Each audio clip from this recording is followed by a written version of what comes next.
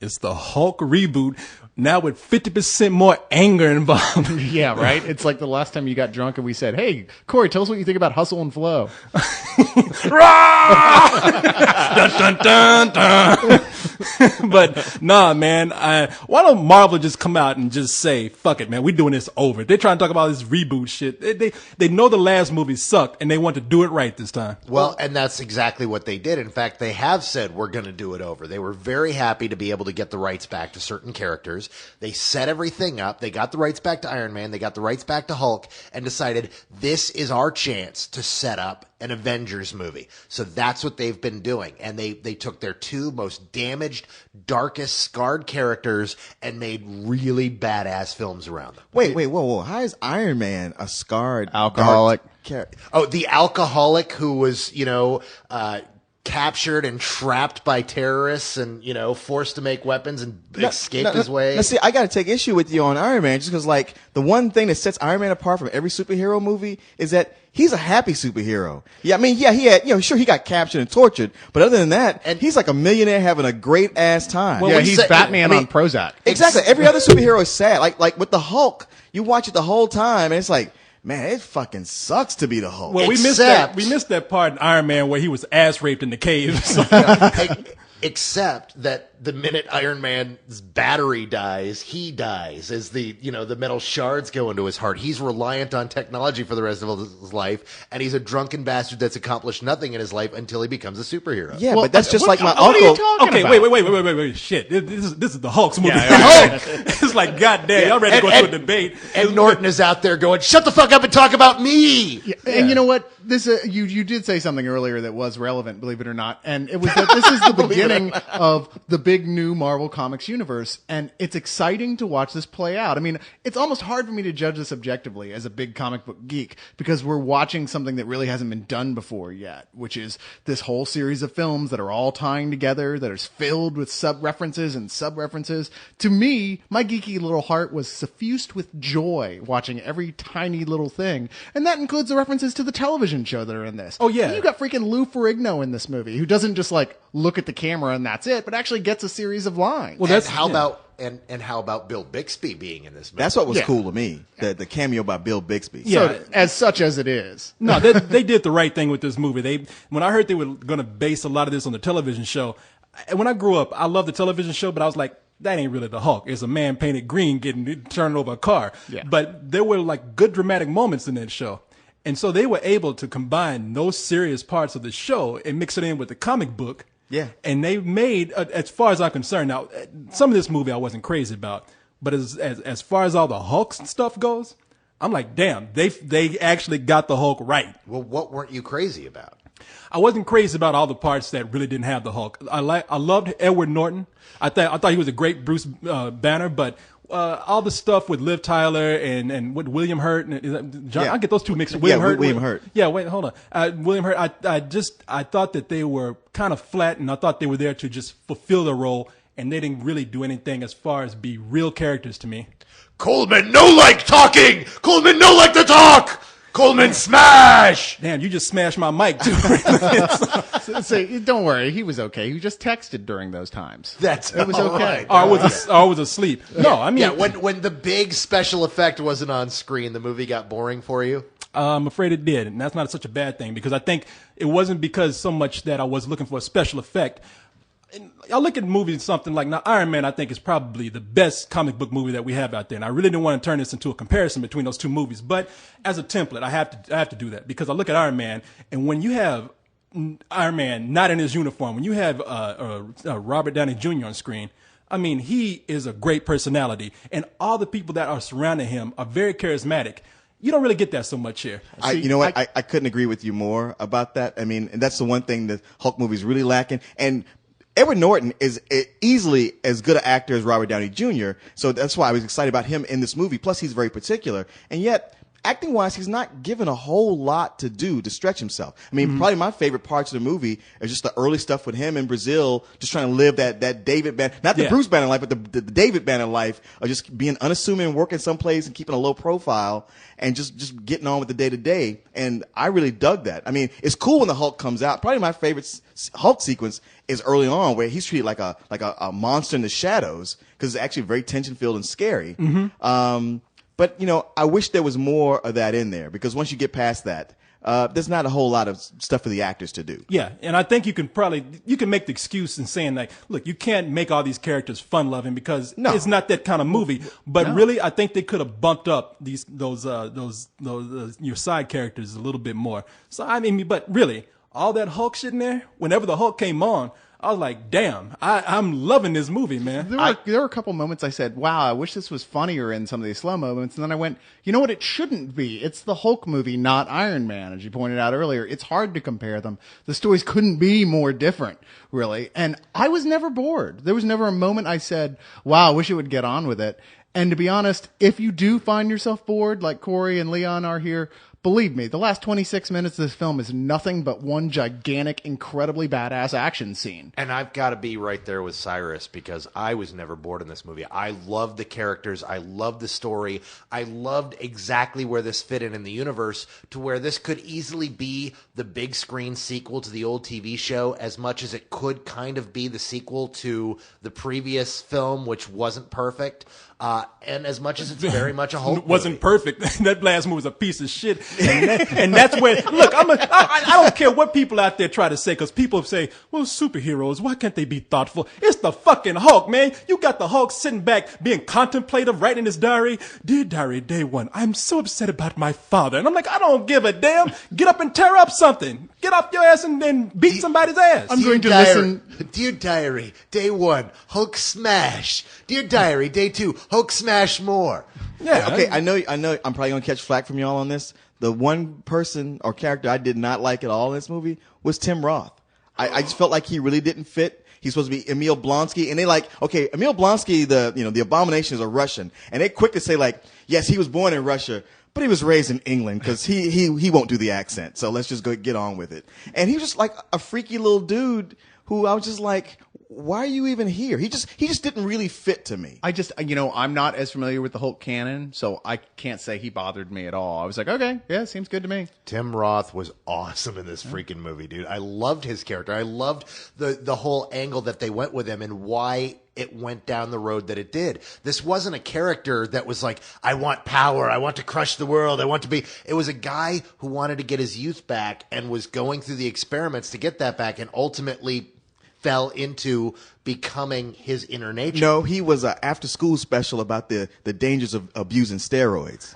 You know what's funny? What's funny about this is that you don't realize how much of a badass he was. He was so badass that the Army let him have a beard when you're not supposed to have one. I was like, I ain't never seen no Army regulation that did that. It's funny. I would have been more interested, though, at seeing him continue to be like human when earlier he's just super serumed out and just dodging the Hulk like Spider-Man or something. Yeah. That actually was in many ways would have been more interesting to watch that develop than him, of course, inevitably turn into the giant Abomination. But once again, that was a pretty amazing ending 26-minute fight scene. Yeah, it was. And that's what made up for it. But I liked Tim Roth. I enjoyed him in the movie. I thought he was the one character besides Ed Norton that was actually bringing something to his role. So I forgot to mention him. So sorry, but I thought he was great. However, I didn't really understand his motivation. He just got mad out of nowhere. He just went in the middle of the street and just started tearing up shit. It's like, you want power. Okay, now with that power, you probably need to sit your ass down and be quiet and you can accomplish things. You know, you got to be a little subtle about it. No, he just goes in the middle of Harlem and just starts tossing people 5 blocks down the street. Well, the basic problem is that he didn't have an Uncle Ben to explain the power principle to him. It comes with great responsibility, douchebag. Yeah. I guess so, because shit, he was just pissed off all of a sudden. But that's always been what the Abomination is. I mean, the Abomination tears shit up. Somebody's got to do it. Hey, look, I don't think it's great writing, but it made for one hell of a kick-ass scene at the end. I mean, that whole movie just could have been Hulk and Abomination tearing up New York. I would have been satisfied with that. It's funny. I really think that this movie, I don't think it's going to do as well as something as Iron Man, but I'm caught between definitely want to tell people to see it. I just want to warn people that there are moments in there that are a little slow, and that maybe they'll like it better if they're prepared for it. Who was texting you during the movie? God. Who wasn't texting? Who wasn't texting me? I was texting all of Boston. You know me, man. I'm talking to everybody. Now, I didn't find it slow at all, and I don't think you have to warn anyone either. I don't think it's any slower than the so-called slow points in Iron Man. The problem is that you like Robert Downey Jr.'s character because you want to be Robert Downey Jr.'s character in Iron Man. You want to be the millionaire playboy who gets tons of pussy. Don't we all to some extent? But you're so much there, you can't even see why Ed Norton's character is interesting as the Incredible Hulk. You're like, yeah, I don't identify with that at all. Oh, look who's calling. You take that back, because not only was I was never bored in this movie. I don't know how that rumor got started, but I totally got into his character. The whole pathos behind it. I was like, this is really cool, and I love the way he's playing it. I just wanted to see a little bit more of that. Yeah, and I guess I should say in this movie, I mean, everybody knows the origin of the Hulk. If you don't, it's real quick. He's doing experimentation with gamma rays. He gets overexposed with it when he's testing himself. And apparently, whenever he freaks out or gets angry, he turns into a big green monster. In this particular movie, the army wants to take that power and use it as a weapon. He doesn't want them to do that, so his ass is constantly on the run until he can find a cure. Or even when he has sex. Was that ever in the comic books? Because I didn't know that. If he has sex, he might turn into the Hulk. It's one of those things that's always been joked about. I think if he had it under control, like so he wasn't going to kill anybody, he would have a line going out the door, a woman waiting. He's like, man, I'm so used up, nothing can please me now. See, well, the thing I do love is like if you don't know the origin of the Hulk, which that's only one origin, that's not the origin of the Hulk. It's not.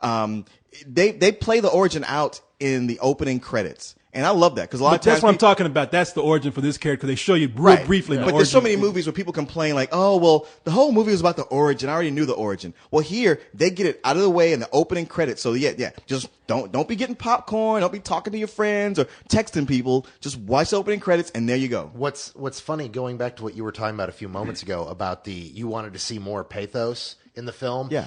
That's what was being fought about in the behind the scenes. Oh, I'm sure. Edward Norton, there's several big, huge scenes that were cut out of this film that are a big deal that kind of changed the nature of the film. And I see why they went the way they did, but I think that we're going to be in line for a director's cut of this movie that will be exactly what you're looking for. I can't wait to see these extra scenes from this film because the stuff I've heard about sounds just so dark and so cool. I don't think it was right for the summer, but it's something that I can't wait to see myself. I completely agree with that. I came out of this wanting to see, desperate to see the scenes that Ed Norton, that they cut out from him, because I'm like, there should have been more of that here. Because this movie, I mean, for the most part, it's a downer, except you got some really, hot ass action scenes. But most of you going like, man, what is his life like? What is it like to be like that, constantly on the run, and you can't establish yourself at all? Yep. And I know that's on the cutting room floor somewhere. No, I want to just make a couple of points. First of all, well, shit, I just forgot. Oh, no. One of them is, I noticed that in the movie that when he was about to make love to Liv Tyler, he was just like, my pulse is going up. I'm gonna Hulk out. I can't do this. Oh, really? You noticed that? Well, I should did. He woke up at that moment. Because I told myself. Well, the question is, wait, Liv Tyler wants to have sex. I better put up this hold on, let me finish, because I was going to say, Liv Tyler be a dead bitch, because I would just go through and Hulk out and knock that shit out. Well, that's the thing. I mean, you guys all know male sexuality. Once you get going, if a girl says, no, I changed my mind, you like, I didn't hear that. Yeah. So if your heart monitor was going up, no, you wouldn't hear it. I'd like, oh no, I got chicken on the stove. I'm almost there. Hold on. No, I would never find a cure for getting rid of the Hulk, because I would be working on a condom that would help me control my anger. So whenever I had to knock a piece out, I'd have it all under control. That would be my priority right there. With the Ambien condom? It's something. I don't care what it is. Put a needle in my ass. I don't care what it is. Honestly, my only problems with this movie is William Hurt just doesn't really seem like he's completely taking this seriously. He's the one guy who's kind of like, hey, I'm in a comic book movie, whatever. And he's just kind of playing it like almost in a sort of goofy, exaggerated way. And that Liv Tyler looks like she's having an allergic reaction to something the entire film. I mean, her lips are already big. What are you going to do? Your dad's Steven Tyler. You're already a mutant freak. Yeah. But he or she looked like she just got stung by a bee. No, it looked like her lips lips hulked out. They're like, damn, that radiation must have gotten your lips. And whenever you get mad or excited, your lips get the size of your face. And her breast must have grown too. I don't know. I kind of think that would be a cool mutation. Y'all niggas is gay because I love them lips. I didn't say that was a bad I'd thing. be all over them. As a matter of fact, I'm They'd be proposing, all over me. No, forget college and give some chicks the gamma ray treatment. Get them all happy and they're ready to go to town. Yeah, we saw what happened to She-Hulk. That was good. I like that. Oh yeah. You know something? It's funny, man, that you mentioned that. William Hurt looked like he had a couple of shots of Jaeger before he walked out of his trailer. He just never looked like he really wanted to be there. And Yeah. he came out, and you could hear him even slurring through his lines a little bit. Stop, Banner, get him. It's funny you always say that because after I thought about his performance in A History of Violence, and I was like, wow, he's actually showing some subtlety here. Well, shit, not in. I mean, he just don't give a damn here. He does not. But headed back into the realm of the review, I gotta honestly say, The realm of the review. It's like, I gotta honestly say, dude, this is a full price movie. I love the hell out of this. I cannot wait to see this again. no, man, you're gonna hate me for this because I'm gonna give it a matinee. Oh, I do hate you for It's okay. this. We already hate you. Oh no, well, no damage done there. No, I'm gonna give it a matinee, but it's a matinee where I'm recommending everyone go see it because I will tell you, the Hulk in this. You and I talked about this before. A lot of people are gonna come out. And I know they're going to be complaining. The Hulk look fake. Well, that's because he is fake, goddammit. I mean, it's a CG effect. What can you do at this point to make him look real? It's a 9-foot green man. I mean, Yeah, he's as good looking as he's gonna get in this decade. Maybe in 10 years from now, they'll get past that uncanny valley divide where you look at a CG thing as good as it is, yet still clearly not real and it won't bug you. But hey, deal with it. You don't want a big muscle steroid guy with green paint on him, okay? You don't want that. This is the movie, not a bad television show from the 80s. And not Corey's Thursday night. And not Corey's Thursday night. But this is a full price movie for me as well. I did enjoy it. I agree with that some people are gonna have problems with it, but you know what? That's not the movie's flaw. That's yours. Back us up, Leon. Damn. This movie kicks the shit out of the last movie. Ang Lee should be hung and shot for that piece of bullshit that he delivered. All right, maybe not that. We're just not allowed to make superhero movies Man, anymore. the poor guy's Asian. He's never going to be hung. Come on. Oh, sorry. I was avoiding that joke at the so same time, hard. I mean, if Iron Man did not exist, this would be the superhero movie of the summer. But Iron Man does exist, and I don't think it's anywhere near as good as Iron Man. And I love how Robert Downey Jr. or rather Tony Stark shows up at the end of the movie just to remind you of how much better his movie was. Because you guys know the minute he came on, the audience erupted in cheers. Yeah, I couldn't even hear what he said. He stole the movie just by coming in the last 30 seconds. Yeah. it's like, the Iron Man came in and whooped Hulk's ass at the last minute. It's like, I swear people would not have liked that movie as much as they did at the end had he not showed up. Because people near the end, they were just kind of like, because they thought the credits were about to roll. Yeah. And they were like, all right, Hulk's over it. Oh, Tony Stark, ladies and gentlemen. Tony Stark is here. Yes. Where's my bonus check, you fuckers? What would you give it? As much as I had a good time in this movie, never bored, and the CG effects were a lot better in the movie than they looked on the commercials to me. And at the same time, I still, from just little things here and there, I'm going to give it a really high matinee. Yeah, that's the same thing I'm giving it.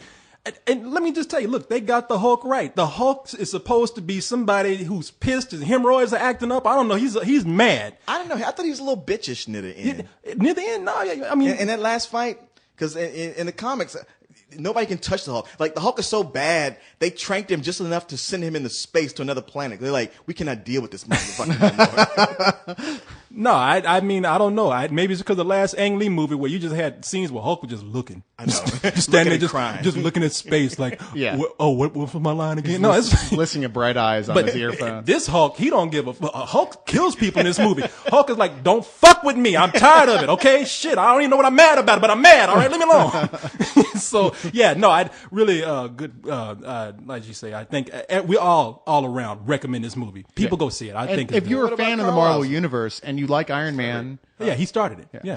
Oh, you did? Oh, you did. if you're a fan of the Marvel Universe and these movies and what they're doing, you kind of have to see it anyway, really, because there's a lot of stuff that's setting up for what happens next. You know, it's clear the next couple of movies, Thor, Ant-Man, Captain America, they're all going to have more and more stuff like this leading up to the big Avengers film. Sorry, Leon. But it's gonna happen, and the success Don't say of sorry till it happens. the success of the Hulk, and this I think is going to be a hit, is going to be yet another mark towards, yeah, it's going to happen. There's a lot of neat stuff here, including seeing, because you watch the last Hulk movie, you're like, how could that motherfucker ever be an Avenger? How could this out of control freak be an Avenger? And you start to see how in this one, how that could actually happen. And I'll close with this unless anybody has anything else to add. Those parts where you're saying that he was actually a little bitch at the end.